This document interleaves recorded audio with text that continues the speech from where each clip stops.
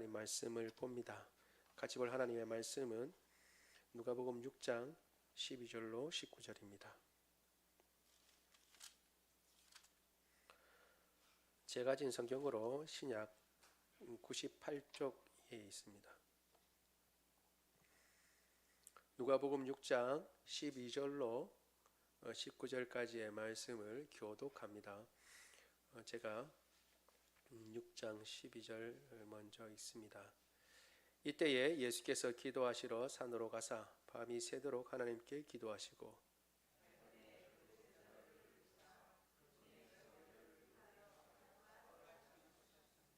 곧 베드로라고도 이름을 주신 시몬과 그의 동생 안드레와 야고보와 요한과 빌립과 바돌로메와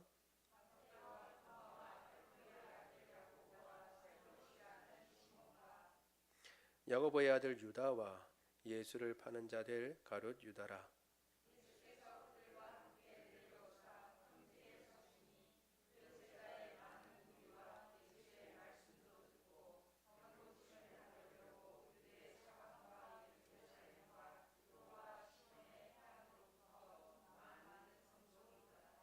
더러운 귀신에서 고난받는 자들도 고침을 받은지라.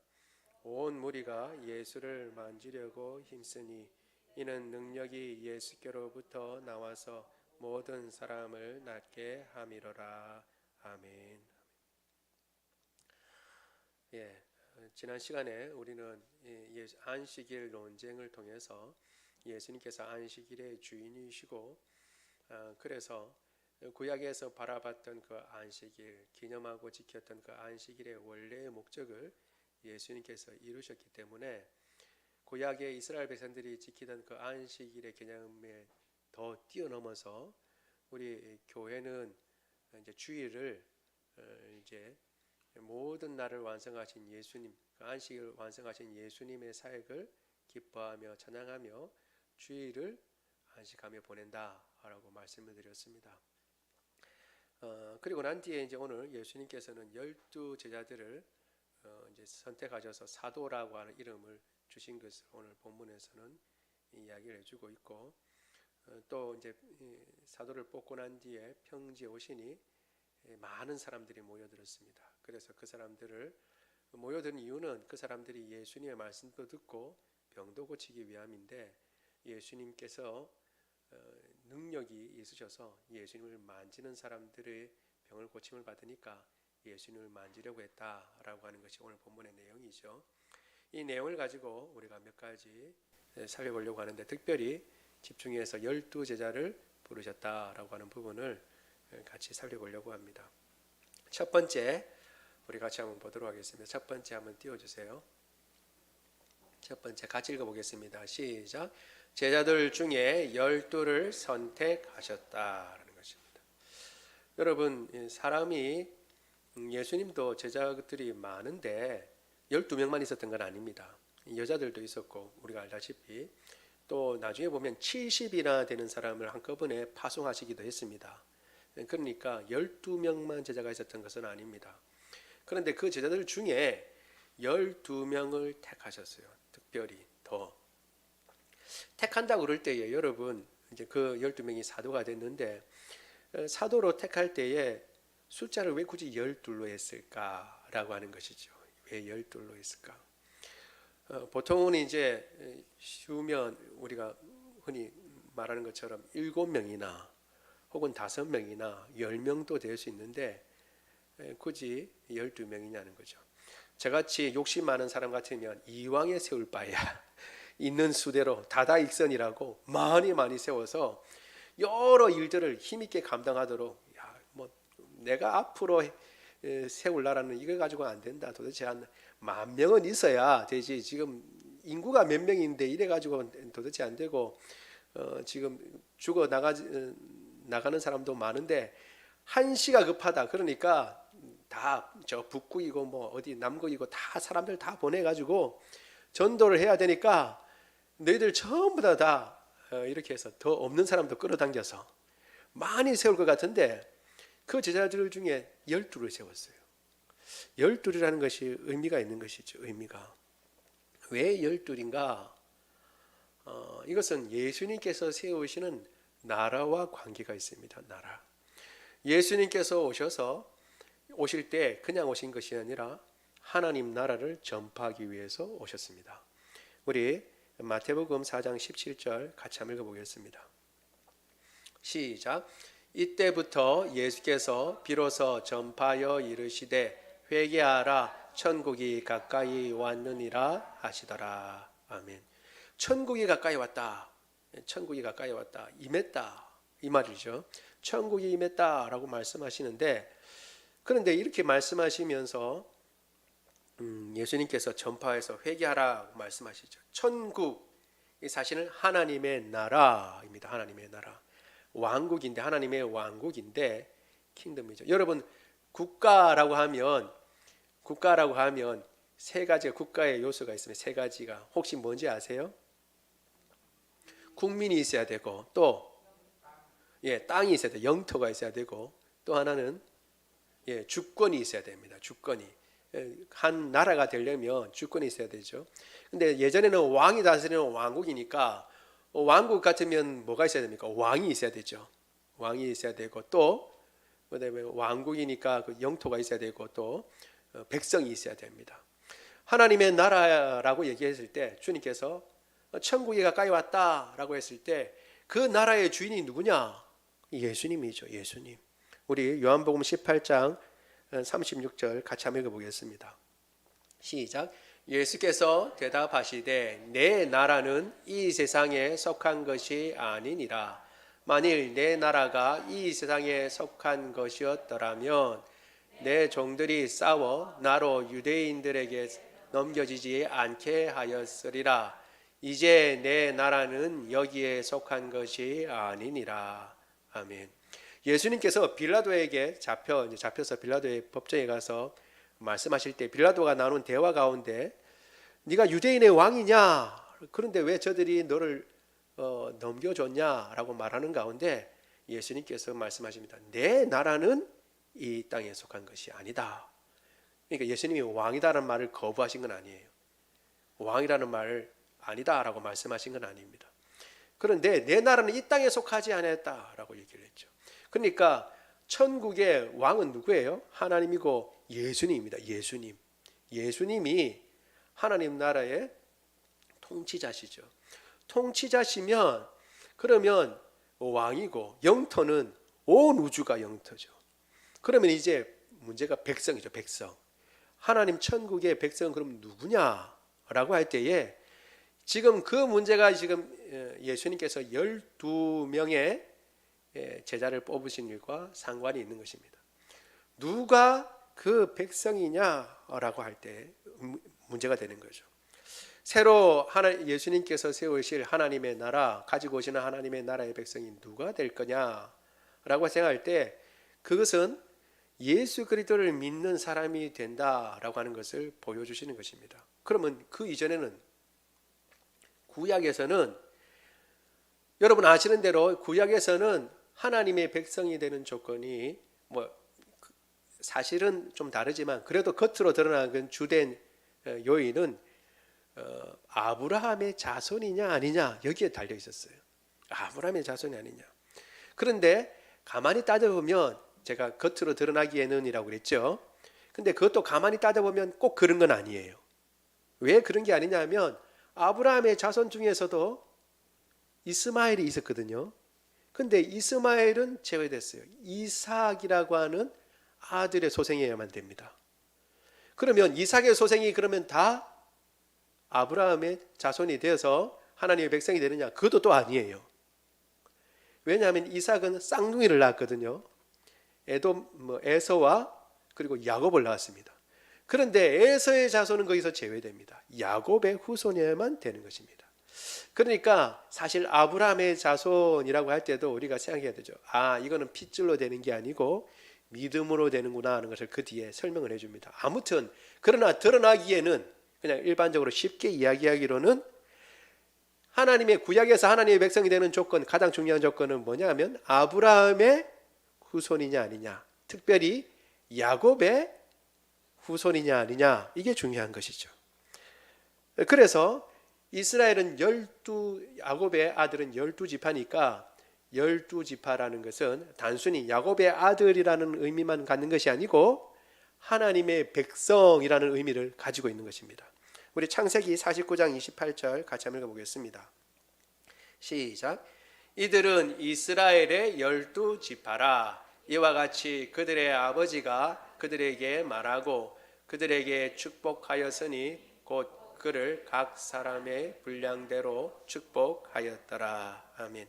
야곱이 12아들에게 축복했습니다. 그리고 이 12아들은 다 어떻게 됐다고요?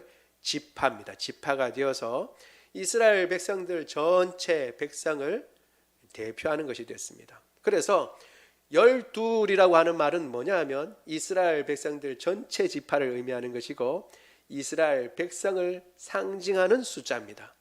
그러니까 예수님께서 제자 중에 12를 굳이 선택하신 것은 그냥 선택하신 것이 아니에요.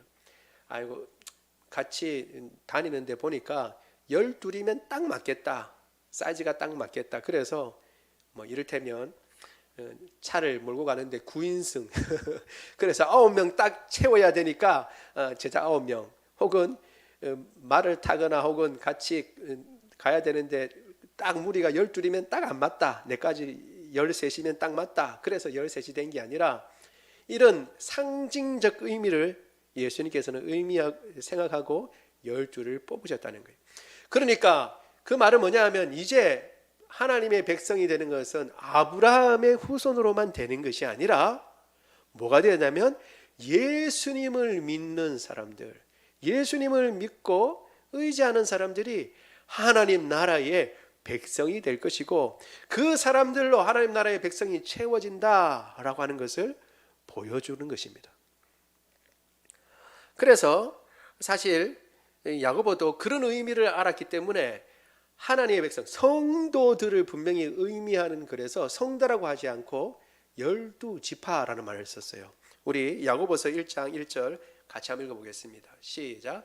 하나님과 주 예수 그리스도의 종 야고보는 흩어져 있는 12지파에게 문안하노라. 아멘. 여기 이 12지파는 야곱의 아들 12지파를 의미하는 게 아니에요. 예수님을 믿는 모든 성도들, 교회를 의미하는 건데 야고보는 이미 이 교회가 예수님 믿는 하나님의 백성이 구약의 12지파를 대체해서 하나님의 백성이 됐다라는 것을 알고 있었던 것입니다. 그래서 그것을 명확하게 하기 위해서 편지를 보내면서 성도들에게 편지를 보내면서 말하기를 너희는 12지파다. 너희가 이제 하나님의 백성이다 라고 하는 것을 지금 가르쳐주고 있는 것입니다. 여러분 예수님을 믿으면 이제는 아브라함이 내 할아버지가 아니라도 야곱이 내 할아버지가 아니라도 예수님을 믿으면 누구든지 하나님의 백성이 되는 줄로 믿습니다. 하나님의 다스림 가운데 있고 그분의 통치 가운데 있는 것입니다. 그래서 또 중요한 게 하나 있죠. 요한계시록에 있는 우리가 흔히 잘 아는 구절입니다. 우리 7장 4절 같이 한번 읽어볼게요. 시작. 내가 인침을 받은 자의 수를 들으니 이스라엘 자손의 각 지파 중에서 인침을 받은 자들이니 14만 4천이니. 아멘. 여러분 이 왜 14만 4천이냐? 이 글자만 보고 사람들은 처음보다 얘기합니다. 14만 4천 명만 구원받는다. 14만 4천 명만 인침을 받은 하나님의 백성이다 라고 얘기를 합니다. 그런데 그것은 잘못 해석을 한 것입니다. 이것은 요한계시록은 상징이 많은데 이 숫자도 상징입니다. 14만 4천은 어떻게 나온 숫자냐면 12 곱하기 12 곱하기 1000에서 나온 겁니다. 12 곱하기 12 곱하기 1000.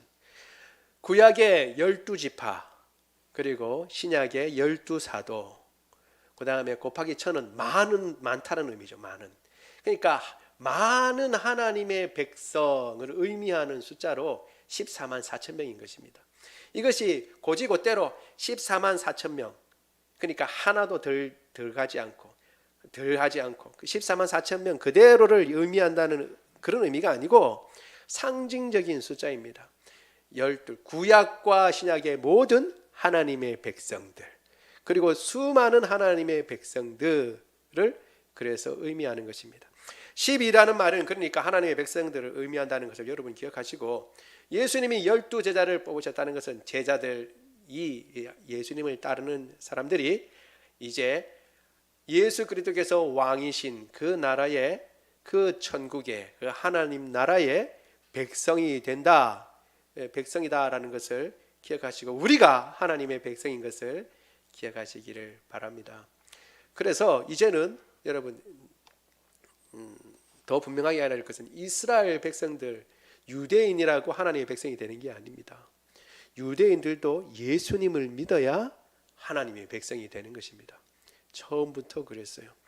여러분 그 사실을 기억하고, 물론 우리가 유대인들을 향해서 그리스도인들이 좋은, 그래도 뭔가 구약 성경을 믿는 사람들이니까 가깝게 생각하지만, 그러나 구원에 관해서는 예수님을 믿어야 구원을 받는다는 것을 명확하게 해야 하는 것입니다.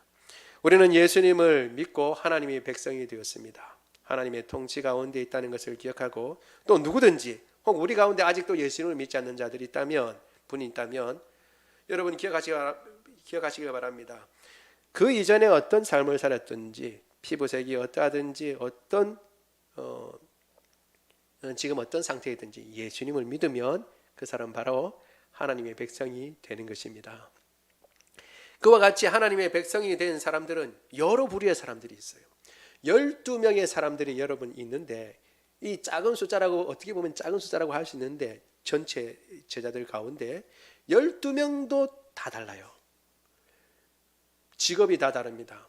어부가 있어요. 이 가운데 세리도 있습니다. 심지어는 열심당원도 있어요. 셀로진 시몬이라고 나와 있는데 15절에 이 셀롯이라고 하는 말은 열심당원이라는 뜻입니다. 그 밑에 보면 나와 있죠. 열심당원이라고 나와 있어요. 성경에 보면 열심당원이라고 나와 있습니다. 그러면 무엇에 대한 열심인가? 열심당원인가? 사람들이 이야기를 하는데, 율법에 대해서 열심이다라는 사람도 있었지만, 또 한편으로는 이렇게 생각합니다. 이스라엘의 독립을 위해서 불타는 열심을 가진 사람들. 우리나라로 치면 독립군이에요. 독립군. 이 시몬이라고 하는 사람은 베드로와 똑같은 이름을 가졌죠. 베드로도 원래는 시몬이니까 이름이 똑같은 이름입니다. 그런데 베드로고 또 이름은 똑같지만 다른 사람이죠. 열심당원인 또 시몬도 있었습니다. 예수님의 제자 가운데. 그러면 이 시몬은 열심당원인데, 우리 생각해 보죠. 마태는 세리입니다. 열심당원이 제일 싫어하는 것이 부역하는 자들입니다. 그렇죠?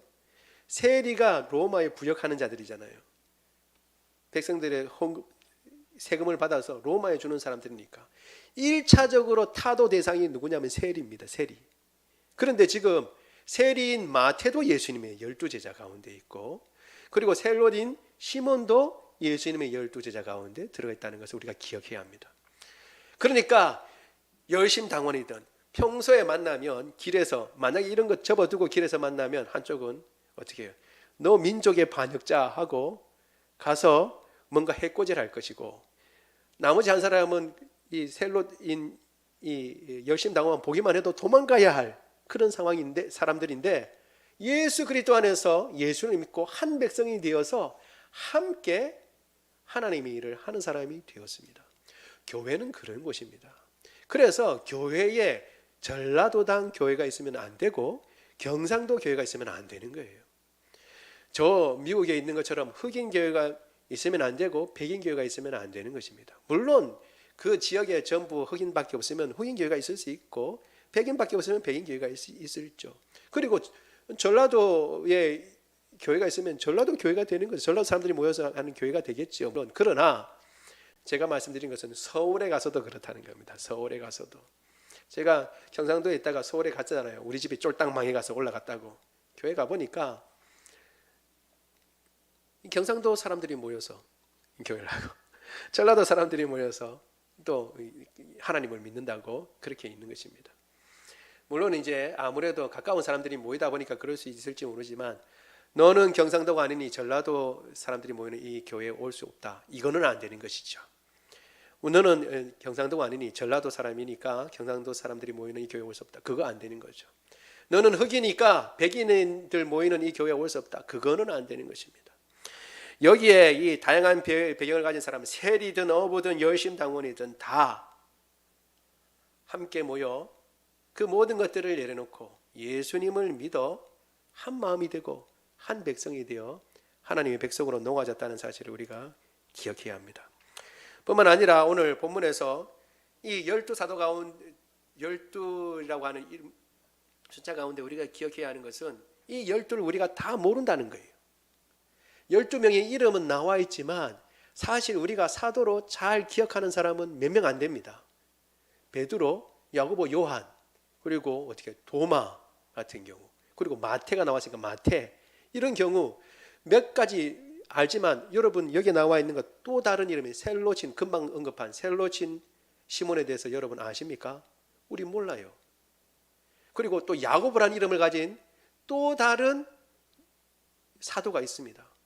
요한의 형제 야고보 말고 또 야고보라는 있죠. 알페오의 아들 야고보라고 되어 있어요. 그런데 이 야고보라는 사도가 어떤 일을 했는지 우리는 몰라요. 성경에서 아무 말도 안 하니까. 우리가 생각을 해야 됩니다. 이 가장 중요한 12사도인데도 우리가 그 사도가 무슨 일을 했는지 모르는 사도가 있다는 거예요. 마치 뭐와 같냐면 스포트라이트가 딱 조명이 비치는 데만 보이잖아요. 밝게. 다 관객들은 사람들이 다 앉아 있어요. 그런데 빛이 비치면, 조명이 비치면 거기만 밝으니까 거기만 사람이 보이죠. 그래서 거기만 사람이 있는 줄 알아요. 그러나 사실은 조명이 비치지 않는 곳에도 사람은 앉아 있어요? 안 앉아 있어요? 앉아 있어요. 그 말은 뭐냐면 12사도가 베드로도 큰일 했고 야고보도 큰일 했고, 그래서 야고보는 일찍 처음 순교했죠.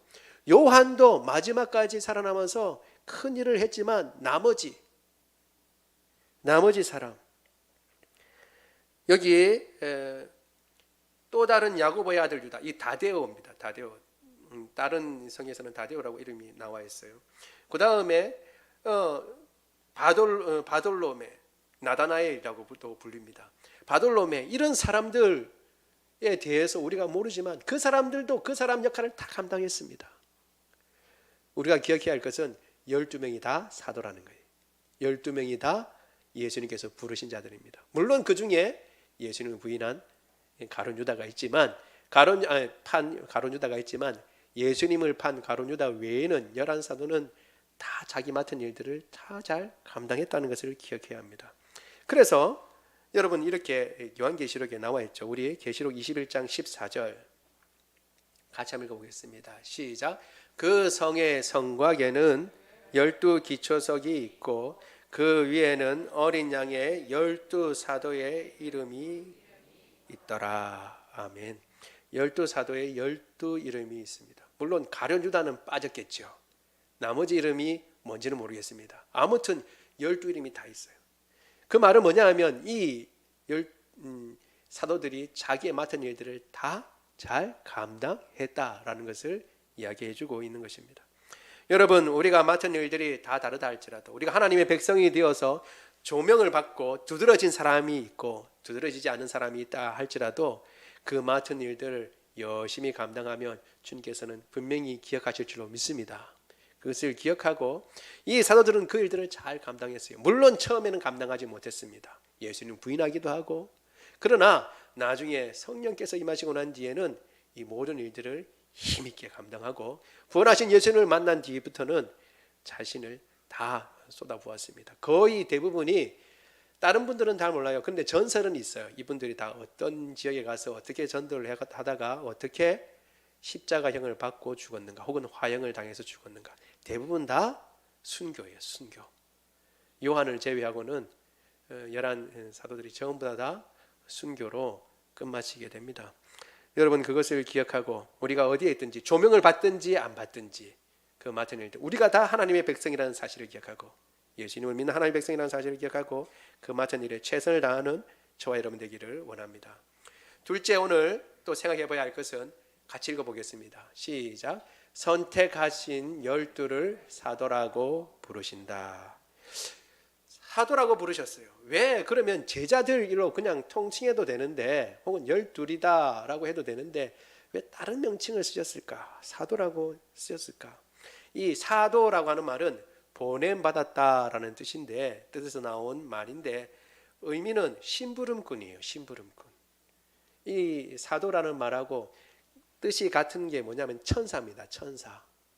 여러분, 천사는 원래 하늘이라는 의미가 없어요. 그 말 뜻에 앙겔로스라는 말인데 원래는 뭐냐면 보냄받은 사람이라는 뜻입니다. 그것도 마찬가지로 뭐냐면 심부름꾼이라는 그런 의미를 가지고 있어요. 똑같은 비슷한 의미를 가지고 있습니다. 이 사도도 그런 의미를 가지고 있죠. 심부름꾼이라고 하는 그런 의미를 가지고 있습니다. 그런데 예수님께서는 이 사도들을 택하실 때 그냥 택하지 않으셨어요. 우리 오늘 읽은 본문인데 6장 12절 13절 같이 한번 읽어보겠습니다. 시작. 이때에 예수께서 기도하시러 산으로 가사 밤이 새도록 하나님께 기도하시고 밝음에 그 제자를 부르사 그 중에서 12를 택하여 사도라 칭하셨으니. 아멘. 12를 택해서 사도라고 얘기했어요. 사도. 그러면 예수님께서 사도를 택했을 때 이유가 있을 거 아니에요. 왜 사도라고 하는 이름을 주셔서 그들을 택하셨을까?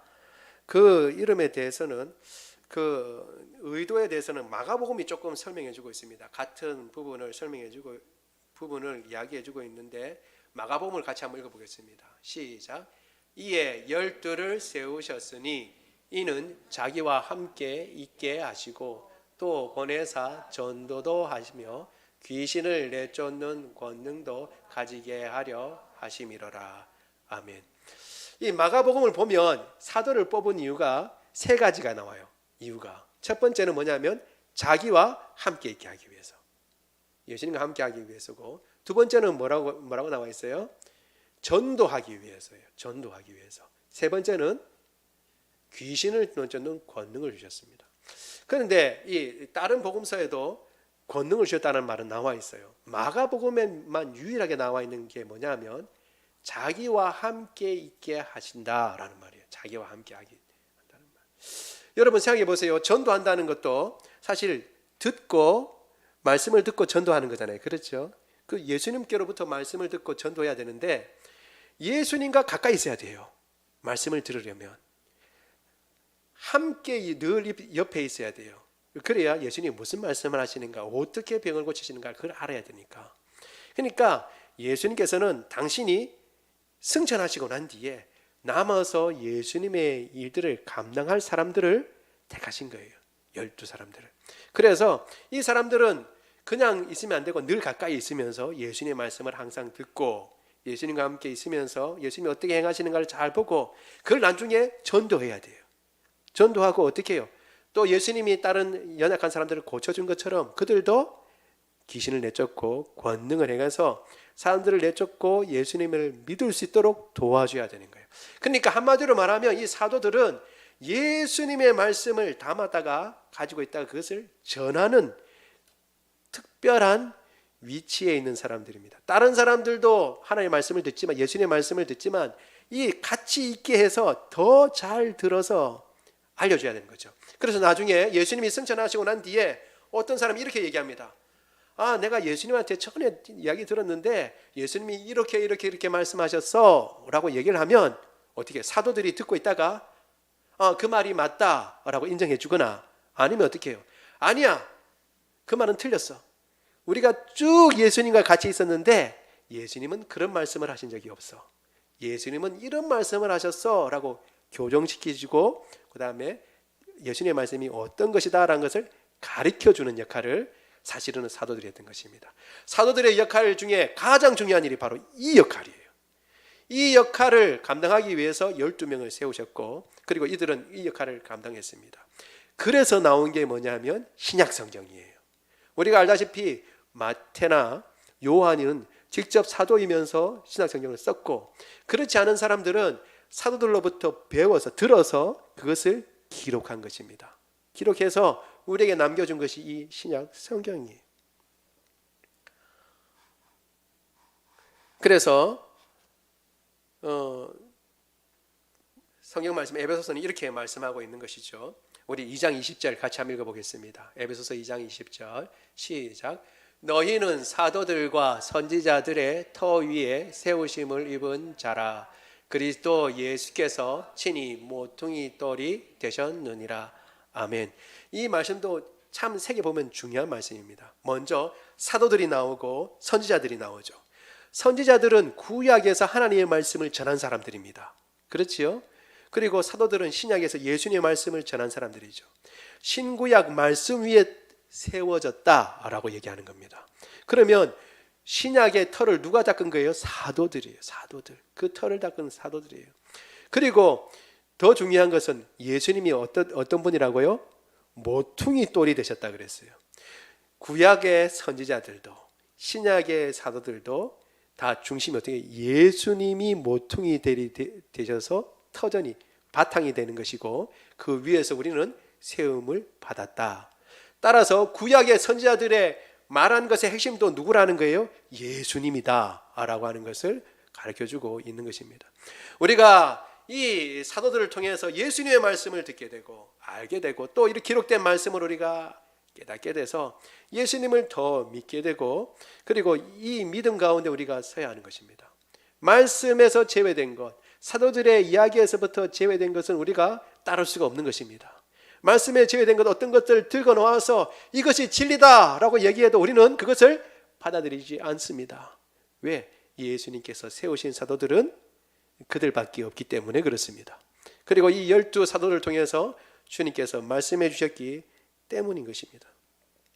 그래서 여러분 베드로도 우리가 알다시피 12 사도 가운데 한 사람인 유다가 예수님을 배반하고 자기가 죽었어요.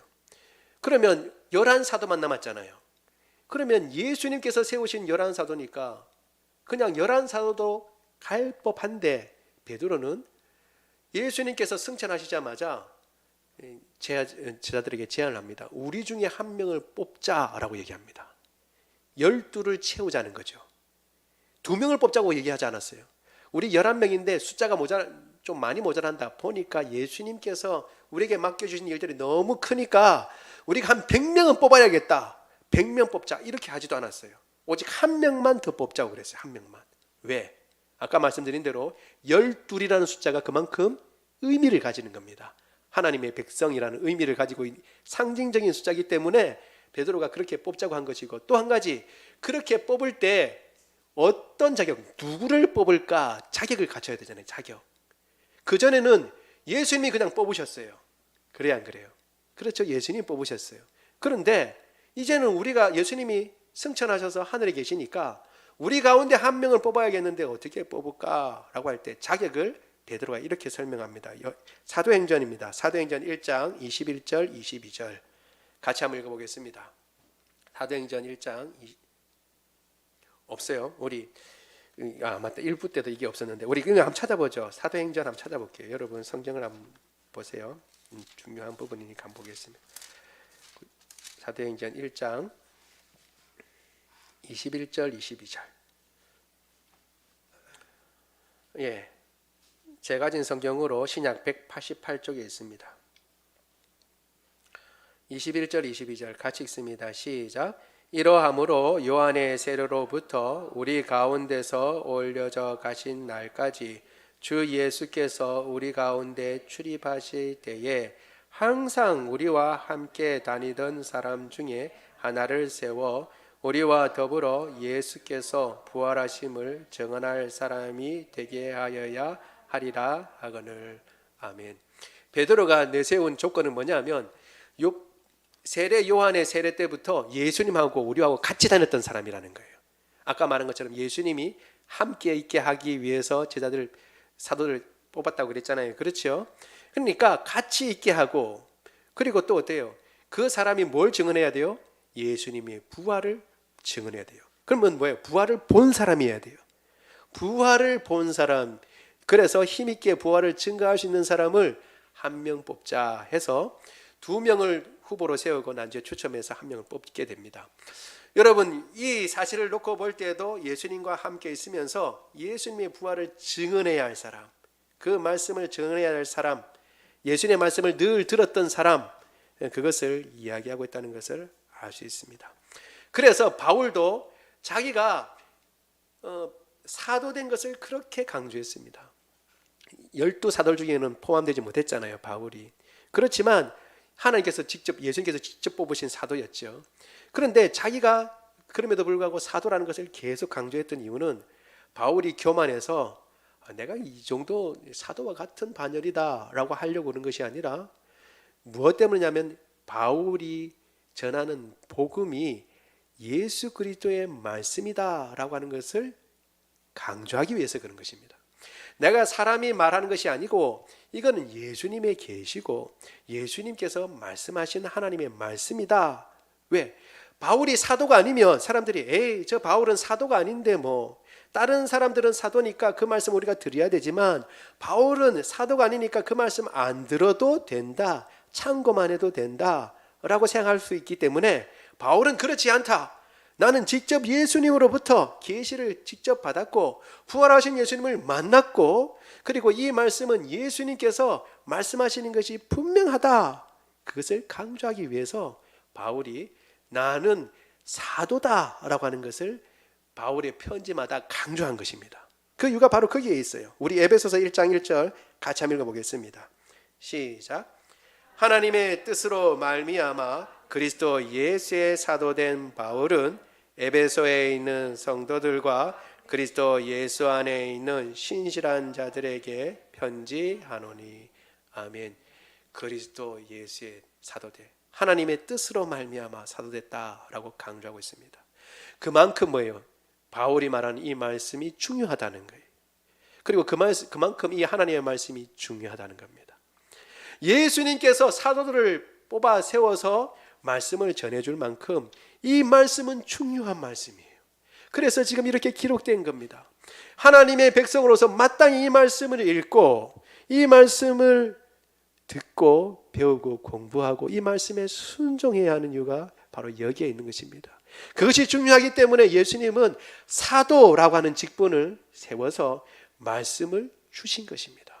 이 말씀을 우리가 받았고 예수님께서 주신 귀한 말씀을 받았으니 이 말씀을 우리가 가볍게 생각하지 말고 그 말씀을 더 귀중하게 생각하고 우리가 주중에도 말씀을 보지만 말씀을 보면서 그냥 흐트러 들지 말고 이 말씀을 새기고 말씀에 순종하고 말씀을 지켜나가는 사람이 되기를 원합니다. 세 번째 오늘 본문에 그래도 한 가지 더 볼 수 있는 것이 있습니다. 우리 세 번째 한번 볼까요? 시작. 예수님께로부터 능력이 나갔다라는 것입니다.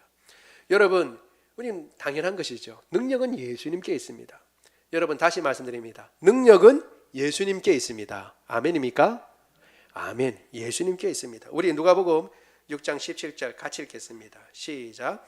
예수께서 그들과 함께 내려오사 평지에 서시니 그 제자의 많은 수와 예수의 말씀도 듣고 넘기세요. 병 고침을 받으려고 유대 사방과 예루살렘과 두로와 시돈의 해안으로부터 온 많은 백성도 있더라. 아멘. 예수님의 제자들도 있었지만 각지로부터 저 시돈에서부터 시작해서 그 이방이죠.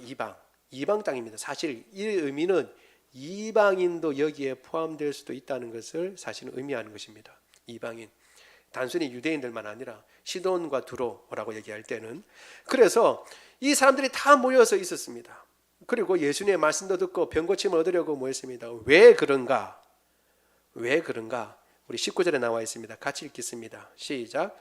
온 무리가 예수를 만지려고 힘쓰니 이는 능력이 예수께로부터 나와서 모든 사람을 낫게 함이로라. 아멘. 여러분, 능력은 예수님께로부터 나옵니다. 그래서 그 능력으로 고침을 받습니다. 여러분, 오해는 하지 마십시오. 코로나 바이러스는 물론 지금 코로나 바이러스는 의료 행위가 중요합니다. 그래서 백신도 맞아야 되고요. 그다음에 치료제도 우리가 나중에 복용을 해서 나아야 됩니다. 그리고 방역을 잘해야 그래야 막을 수 있는 것입니다. 그래서 우리가 개인 방역을 열심히 하고 해야 되는 건 맞습니다. 그런데 그럼에도 불구하고 우리가 믿는 사람인 우리가 반드시 기억해야 할 게 있습니다. 뭐냐 하면 능력은 예수님께 있다라는 것입니다. 종종 우리는 그 사실만 너무 크게 보이기 때문에 방역 그리고 또 이 백신 부작용도 있다더라. 그래서 백신 해서 맞아야 되나 말아야 되나. 그리고 또 이 코로나가 창궐하는데 이거 어떻게 해야 되나 라고 생각을 하는데, 그런 가운데 우리는 예수님은 잊어버려요. 이 당시에 많은 병자들과 그리고 많은 어려운 사람들은 예수님께 와서 고침을 받았습니다. 왜? 능력이 예수님께 있었기 때문입니다. 우리가 약도 복용하고 그리고 또 방역도 하고 그리고 또 백신도 맞고 다 하지만, 그러나 그럼에도 불구하고 분명히 기억해야 할 것은 이 모든 코로나나 더 나아가서 어떤 병이나 어떤 어려움이나 어떤 환경에서도 그 모든 것들을 극복할 능력은 하나님께 있고 예수님께 있다는 사실을 우리가 기억해야 하는 것입니다. 그렇지 않으면 우리는 종종 예수님은 빠져버리면 백신에만 눈이 들어가서 이거 저 백신도 부작용이 있다는데 어떻게 해야 되나, 이 코로나 좀 잠잠해진 줄 알았는데 이렇게 커졌으니 이거 어떻게 해야 되나, 어떻게 해야 되나, 어떻게 해야 되나 라고만 생각하는 것입니다.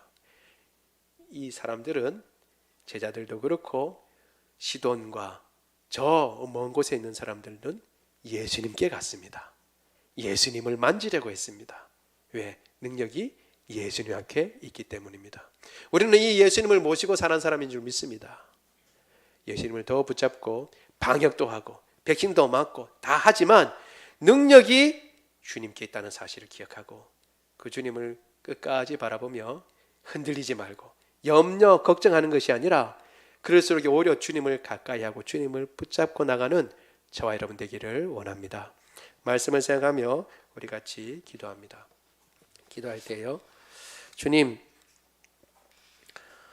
제자들을 통해서 12를 선택하심으로 주님께서 가지고 오실 새로운 나라, 하나님의 나라의 백성은 예수 그리스도를 믿는 사람들로 그 조건이 바뀐다는 것을 우리에게 알려주셨습니다. 그리고 우리를 예수 믿는 사람으로 불러주셔서 감사합니다. 우리가 출신도 다르고 성격도 다르지만 한 마음과 한 뜻이 되어 하나가 되어 주님을 섬겨 살게 하여 주옵소서. 주의 백성된 모습을 잘 견지하고 또 주변에 아직도 예수님을 알지 못하는 사람들에게 너도 예수님 믿으면 하나님의 백성이다, 너도 예수님 믿으면 하나님의 백성이다 전하는 사람이 되게 하여 주옵소서. 또한 하나님 아버지, 이 사도들을 통해서 우리에게 말씀을 전해주시고 이 터 위에 우리의 믿음이 자라게 하시니 감사합니다. 이 귀중한 말씀, 사도들이 전해준 이 복음의 말씀을 귀히 여기고 이 말씀을 깊이 새기고 말씀에 순종하고 주의 뜻을 행하며 살게 하여 주옵소서. 능력이 크고 많음은 오직 주님께 있습니다. 우리는 이 질그릇과도 같습니다. 보배이신 예수님을 모시고 살고 있습니다. 예수님이 능력이요 예수님이 힘인 것을 경험하게 하옵시고 깨닫게 하옵시고, 다른 어떤 것, 심지어 코로나로도 두려워하거나 염려하는 것이 아니라 주님을 소유했기 때문에 오히려 더 감사하고 기뻐하고 즐거워하며 방역도 하고 그리고 또한 백신도 맞지만 주님을 끝까지 붙들게 하여 주옵소서. 우리 같이 한 목소리로 기도합니다. 사랑이 많으신 하나님, 주의 은혜를 인하여 감사를 드립니다. 오늘도 주님께서 은혜를 베풀어 주셔서 주의 말씀을 봅니다. 우리의 주의 말씀 가운데 예수님께서 제자들 가운데 12를 택하셨습니다. 하나님 아버지, 그것은 예수님의 제자들을 통해서 새로운 백성을 주님께서 만드시겠다는 의미입니다. 구약의 12지파가 이스라엘 백성이 되어서 하나님의 백성의 역할을 감당했듯이 이제 하나님 아버지 예수 그리스도를 믿는 사람들 12 사도를 통해서 예수님을 복음을 듣고 믿는 모든 사람들이 이제 하나님의 백성이 되는 것입니다. 하나님 아버지, 거기에는 이제 제한이 없습니다. 이전처럼 아브라함의 자손이 되어야 된다는 것도 없습니다. 야곱의 후손이 되어야 된다는 것도 없습니다. 이제 누구든지 흑인이든 백인이든 혹은 하나님 아버지 나이가 많든 적든 가진 것이 많든 적든 지혜가 많든 적든 학식이 풍부하든 그렇지 못하든 나이가 많든 적든 건강하든 건강하지 않든 상관없이 누구든지 예수님을 믿으면 그는 하나님의 백성이 되는 것입니다. 우리가 예수님을 믿어 하나님 백성 되게 하신 것 감사합니다. 우리가 출신이 다르고 하나님 아버지 성격이 달라서 서로에게 상처 줄 수도 있고 서로의 말로 인하여 하나님 아버지 시험을 받을 수도 있지만 그러나 한 백성 되고 한 제자 된 것을 기억하고 서로 협력하여 하나님 아버지 예수 그리스도의 제자들이 한 마음이 되어 서로 하나님 아버지 사랑하고 섬기며 살아갔듯이 우리도 그렇게 섬기며 살아가게 하여 주옵소서. 주의 말씀이 진리입니다. 주의 말씀 외에는 참 진리가 없습니다. 그리고 주님의 교회는 진리의 터 위에 서 있는 것입니다. 사도들이 예수 그리스도로부터 들은 말씀, 가르침을 받은 말씀, 그 말씀 위에 우리가 서 있는 것입니다. 그 어떤 것도 세상의 지혜나 세상의 명철이나 세상의 철학이 그 자리를 대신할 수 없습니다. 주의 몸된 교회는 그 진리 위에 서 있는 것이며 하나님 아버지 생명 되신 말씀 위에 서 있는 것입니다. 주님께서는 그것을 감당하게 하도록 사도들을 세우신 것이고 사도들은 그 일들을 감당하여 우리에게 성경 말씀으로 우리에게 남겨준 것입니다. 이 말씀을 꼭 붙잡고 흔들리지 말며 말씀을 하나님 아버지 가까이 하고 말씀에 순종하고 주님의 뜻을 깨달아 하나님 아버지 그 뜻을 이루는 사람이 되게 하여 주옵소서. 아버지 예수 그리스도께서만이 능력의 근원이 되십니다. 어떤 능력도 없습니다. 다른 누구도 참 능력이 될 수 없습니다. 우리가 이 코로나 전국 가운데 하나님 아버지 참으로 백신의 문제며 또 아버지 확산되는 문제며 여러 가지 보건의 문제가 많이 있지만 그러나 그것으로 두려워 떠는 것이 아니라 우리가 하나님 아버지 그 모든 것들을 잘 행하고 하나님 아버지 개인 방역도 잘하고 코로나 하나님 아버지 백신도 잘 맞고 여러 가지도 잘 해야 되지만 그러나 하나님 아버지 궁극적인 능력이 주님께 있다는 사실을 잊어버리지 말고 그것들로 인하여 흔들리거나 두려워하거나 걱정하지 아니하고 오직 능력의 근원 되신 예수님을 붙잡고 하나님 아버지 흔들리지 말고 그분 의지하고 기쁨으로 달려갈 수 있도록 우리를 붙잡아 주옵소서. 사랑이 많으신 하나님, 오늘도 연약한 자들이 있습니까? 우리 가운데 하나님 아버지 불면증이 있는 사람들이 있습니까? 주님 불면증 고쳐 주옵소서. 하나님 아버지 두통이 있습니까? 고쳐 주옵소서. 편두통 고쳐 주옵소서. 부인병 고쳐 주옵소서. 암세포 고쳐 주옵시고 하나님 아버지 코로나 바이러스도 도말하여 주옵소서. 우리의 하나님 아버지 주님 모든 호르몬들이 제 기능을 발휘하고 맑은 정신을 주시며 모든 뼈마디가 제자리를 찾고 모든 신경이 제 기능을 발휘하고 하나님 아버지 제 역할을 잘 감당할 수 있도록 주님 도와 주옵소서. 모든 염증들 주님께서 도말하여 주옵시고 하나님 아버지 주님께서 은혜를 베풀어 주셔서 건강하고 강건하여 우리에게 맡겨주신 사명 능히 힘있게 감당할 수 있도록 주님 도와 주옵소서. 우리 주 예수 그리스도 이름으로 기도드리옵나이다. 아멘. 다 같이 일어나셔서 찬양합니다.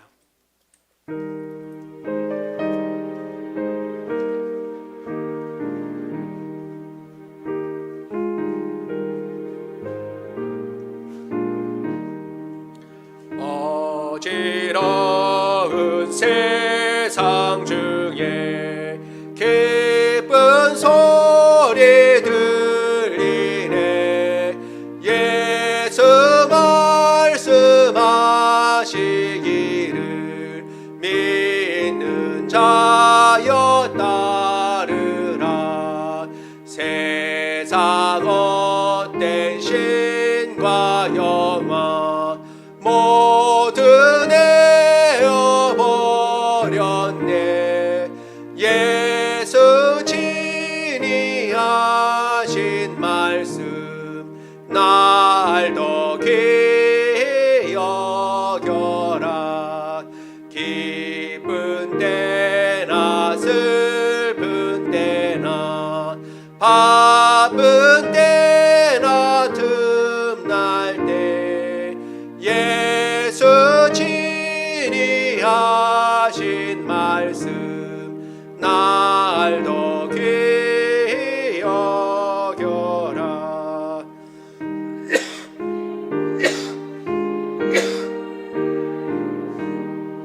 부름 듣게 하시고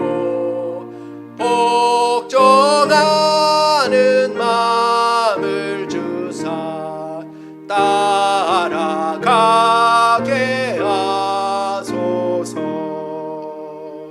아멘.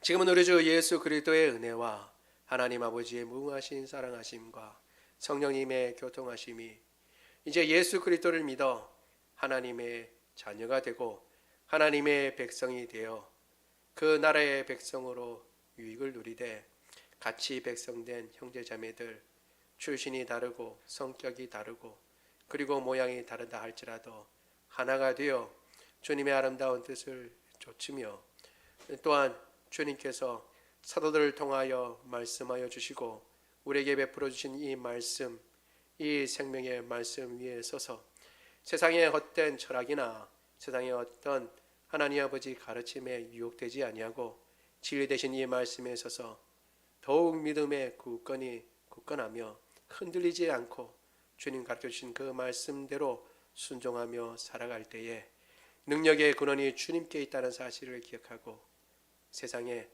코로나나 그 어떤 것도 두려워하거나 염려하지 아니하고 주님만 바라보겠다고 다짐하는 주의 모든 백성들 머리 위에 지금부터 영원토록 함께 하시기를 간절히 축원하옵나이다. 아멘.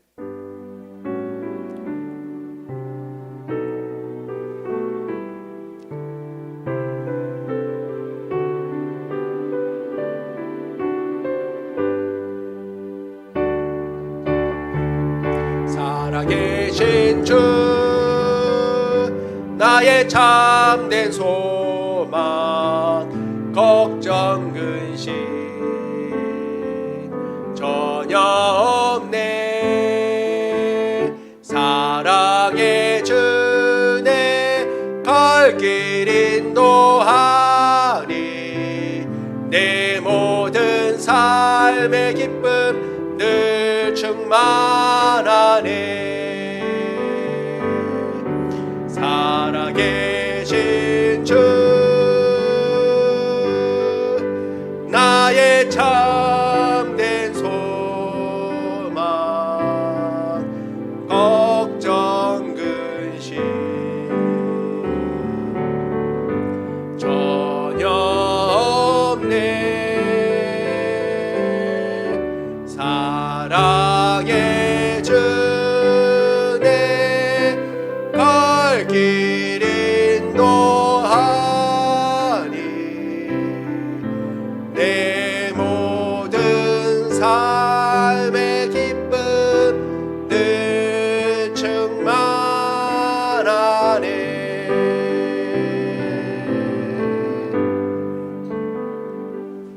예, 모든 예배를 마쳤습니다.